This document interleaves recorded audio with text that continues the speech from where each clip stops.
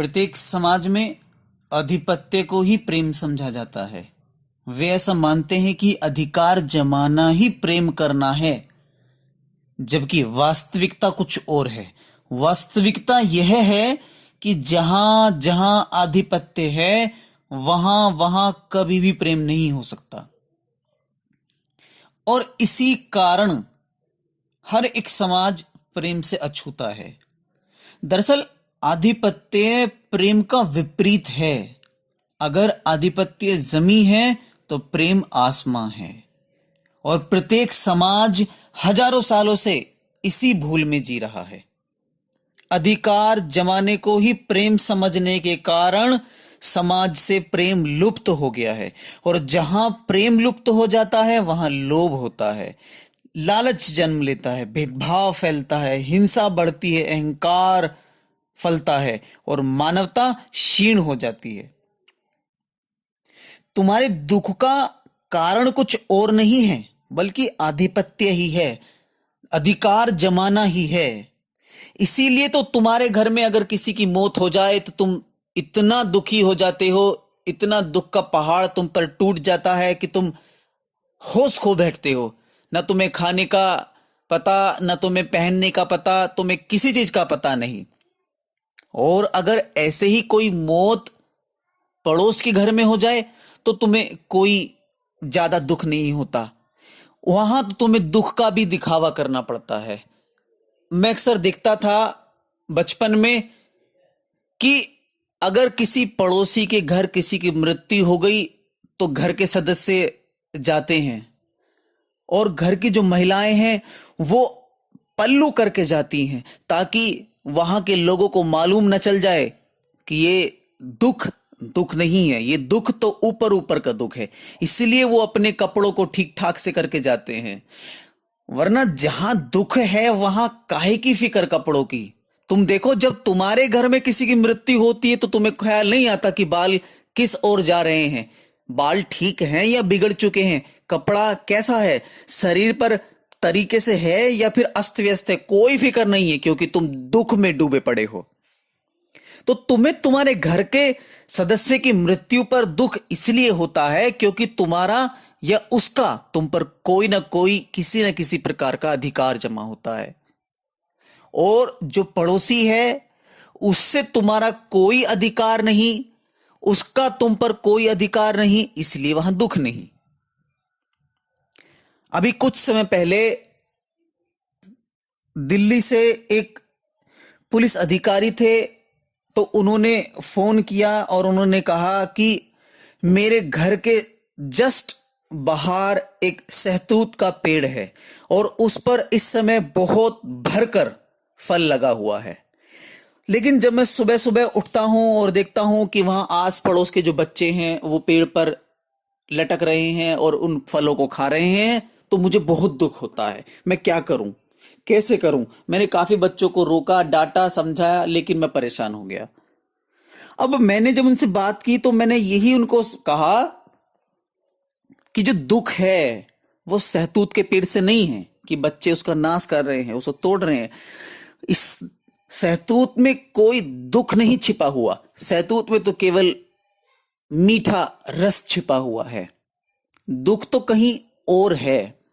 और तुम देखो ध्यान से कि जो तुम्हारे घर के सामने सहतूत है उसको देखकर ही तुम्हें दुख होता है क्योंकि उस पे तुम्हारा अधिकार है कि ये पेड़ मेरा है। जहां अधिकार आ गया वहां दुख शुरू हो गया।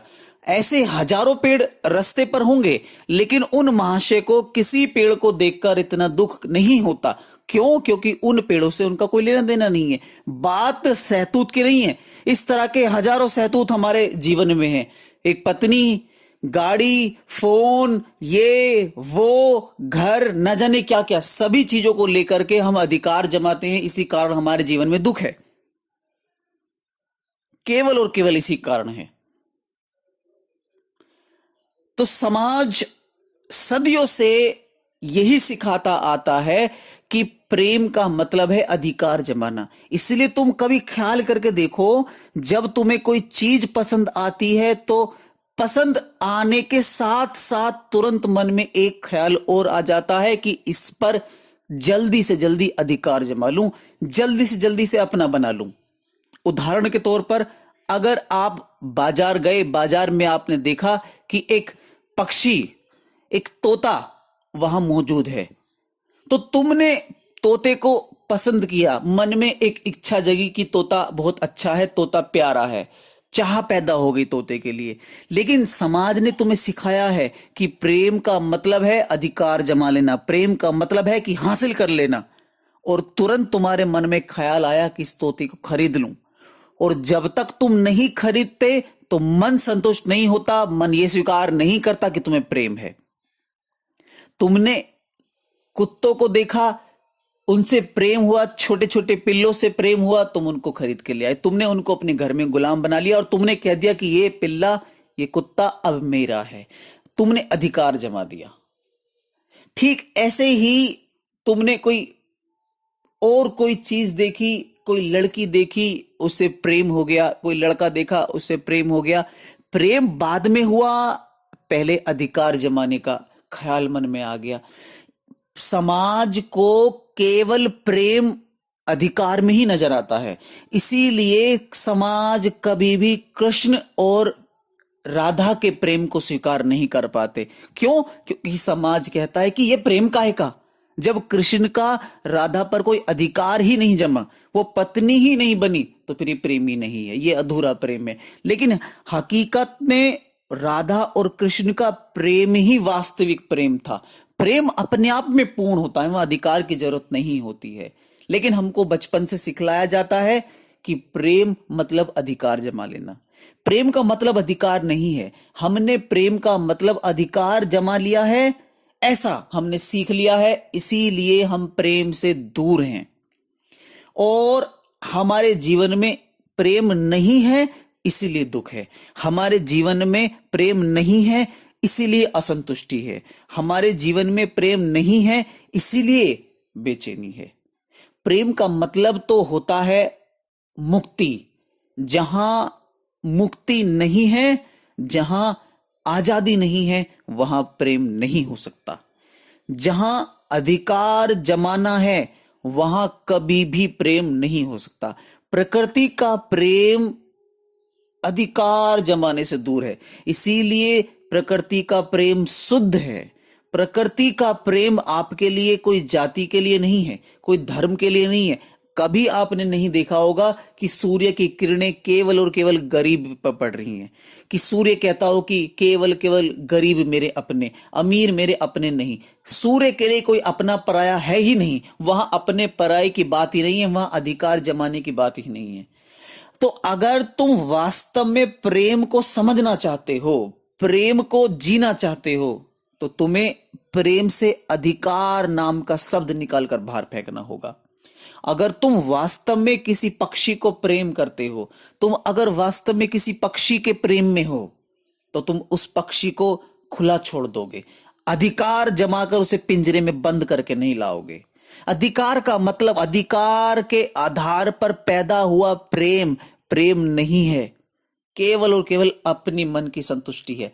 इसीलिए तो तुमने कभी ख्याल ही नहीं किया, तुमने कभी सोचा कि जो कुत्ता तुमने घर में बांध के रखा है वो खुश है या नहीं है? तुमने कभी सोचा कि जो पक्षी तुमने पिंजरे में कैद कर लिया है, कभी सोचा कि वो खुश है या नहीं है? तुम जरा ख्याल करके देखो कि अगर मैं तुम्हें एक सोने के घर में कैद कर दूं, वहां तुम्हें एक से एक खाना खाने के लिए दूं और तुम्हें वहां से बाहर जाने की जरा भी परमिशन ना दूं, तो तुम किस तरह से वहां जीवन बिताओगे? ठीक इसी तरह से जिन पशु पक्षियों को तुम प्रेम करना कहते हो, वो लोग, वो पशु पक्षी इसी तरह से अपना जीवन बिता रहे हैं। रिचर्ड बैच कहते हैं, if you love a bird just set it free. अगर आप एक पक्षी को वास्तव में प्रेम करते हैं तो उसे खुला छोड़ दीजिए, गुलाम मत बनाइए। गुलामी प्रेम नहीं होती है। प्रेम तो आजादी का नाम है। प्रेम वहां पैदा हो सकता है जहां अधिकार खत्म है। तो अधिकार के कारण ही प्रेम धीरे धीरे धीरे समाज से लुप्त तो हो गया है। अगर समाज को प्रेम में बनाना है, समाज में प्रेम जागृत करना है, तो हमें अधिकार से मुक्त होना होगा। जब तक हम अधिकार से मुक्त नहीं होंगे तब तक हम प्रेम से अछूते रहेंगे, और जब तक हम प्रेम से अछूते रहेंगे तब तक हमारे जीवन में लालच होगा, भेदभाव होगा, हिंसा होगी, अहंकार बढ़ेगा और मानवता क्षीण होती चली जाएगी। आप लोगों ने इतने प्रेम पूर्वक मुझे सुना, उसके लिए आपका आभार, धन्यवाद।